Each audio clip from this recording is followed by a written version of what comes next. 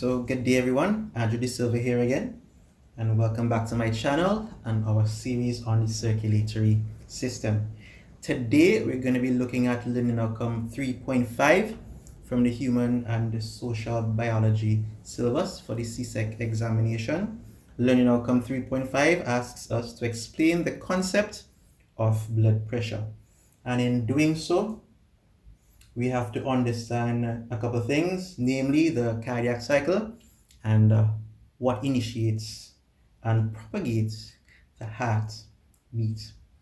So if we take a look at the whiteboard, we'll see a drawing of the heart. Nothing new to us. We've been looking at the heart for quite a while. But there are a few things that I've placed on this diagram that we need to learn today. Let's start with the SA node or the cyanoatrial node. The SA node, this orange dot, this first of the two orange dots here, is located in the walls of the right atria, and the SA node, cyanoatrial node, initiates the heartbeat. It's called a pacemaker because not only does it initiate the heartbeat, but it helps to maintain proper heart rhythm, maintain a normal heartbeat. It does this by sending a signal to both the right and left atria, causing them to contract at the same time, forcing blood down into the ventricles. The SA node also sends a signal to the AV node. This node right here, the second of the two orange dots. The AV or the atrioventricular node is also located in the right atria, but it's a little closer to the septum.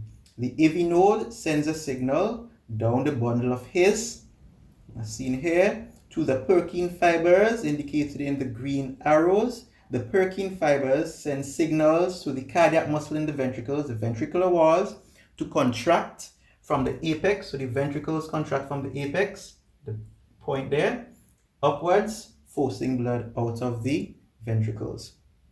And that is how the heartbeat is initiated and propagated. Now the heartbeat or the cardiac cycle occurs in 3 stages. First, we have diastole.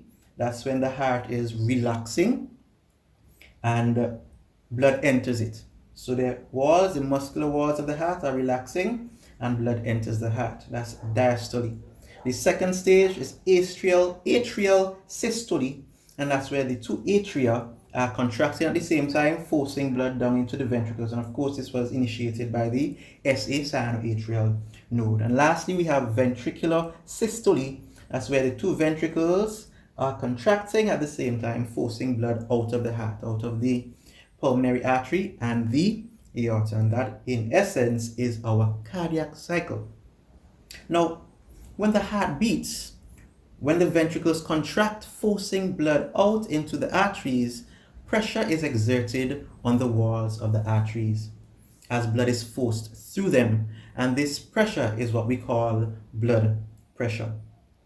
So the blood pressure is the pressure exerted by the blood on the walls of the arteries as blood is forced through them by the contracting of the ventricles. All right, and blood pressure is normally given in a fraction we see here, 120/80. All right, a fraction 120/80 is how blood pressure is given. And the unit for blood pressure is mmHg, millimeters of mercury, Hg there being the chemical symbol for mercury. Now in times past, the sphygmomanometer, or the instrument used to measure your blood pressure, was an analog device with a column of mercury, so that when the doctor would apply pressure to the device, the sphygmomanometer, in aims of matching your blood pressure, the column of mercury would rise, indicating the blood pressure. These days, the sphygmomanometer is electronic and no longer analog devices. I haven't seen anybody use one in a while. So much so that there are some home devices that you can purchase and take home with you and use it very easily at the touch of a button, right? So blood pressure is given as a fraction. Now the numerator is normally the larger number, and this is the systolic blood pressure. It's the systolic blood pressure, and so it's the higher number because systole is when the heart is contracting, forcing blood. So that's the higher of the two pressures. And then the denominator is the diastolic blood pressure. That's when the heart, diastole, is relaxing. So it would normally be the lower of the two pressures, right? Now, if your heart blood pressure were to increase beyond 120/80, let's say it reaches to around between 120 and 129 systolic, right? We define that as having elevated blood pressure. If it increases further to between 130 and 139 systolic and between 80 and 89 diastolic, we now call that condition pre-hypertension, right? And at that stage, you can take some corrective steps to prevent yourself from becoming hypertensive. But if you don't do that and it further increases, your blood pressure further increases to 140 or greater systolic and 90 or greater diastolic, you have now hit the realm of hypertension. You're now hypertensive. That's when your blood pressure is too high. And this is not a good condition. Firstly, our artery walls were not made for these high pressures. And it can cause adverse effects like stroke, heart attacks. What else? It could cause kidney damage. Your kidneys, your nephrons are very susceptible to pressure, high blood pressure. The glomerulus in your nephron, we're going to look at that a little later in a future topic. So high blood pressure is not a good state to be in. All right.